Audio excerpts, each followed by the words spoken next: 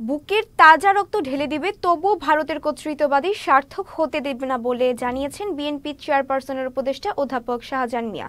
শনিবার বিকেলে গাজায় বর্বরোচিত গণহত্যা ও ভারতে মুসলিম নির্যাতনের প্রতিবাদে চাঁপাইনবাবগঞ্জের শিবগঞ্জে বিক্ষোভ মিছিল ও সমাবেশে তিনি এইসব কথা বলেন।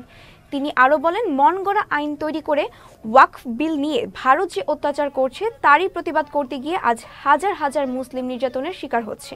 শিবগঞ্জ কেন্দ্রীয় জামে মসজিদের ইমাম মাওলানা নবিবুর রহমানের সভাপতিত্বে সমাবেশে বক্তব্য রাখেন শিবগঞ্জ কাঁচাবাজার জামে মসজিদের ইমাম আব্দুর রাউফ, উপজেলা মডেল মসজিদের ইমাম উমর ফারুক ও শিবগঞ্জ পৌর বিএনপির আহ্বায়ক শফিকুল ইসলাম সহ অনেকে।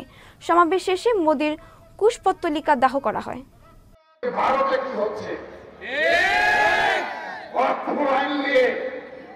এটা আজ নতুন না, এটা ইসলামের বিধান। এই ওয়াকফ নিয়ে যে অত্যাচার তারা করছে, মন গড়া আইন তারা যে করেছে এবং তার প্রতিবাদ করতে গিয়ে হাজার হাজার মুসলমানকে যে নির্যাতন সহ্য করতে হচ্ছে, হত্যাও করা হচ্ছে, আপনারা সবাই জানেন। এই জন্য আমরা সবাই তীব্র নিন্দা ও ক্ষোভ প্রকাশ করছি। আমরা বুকে তাজা রক্ত ঢেলে দেব, তবুও ভারতের কর্তৃত্ববাদী শাসন আমরা চলতে দিব না, দিব না, দিব না।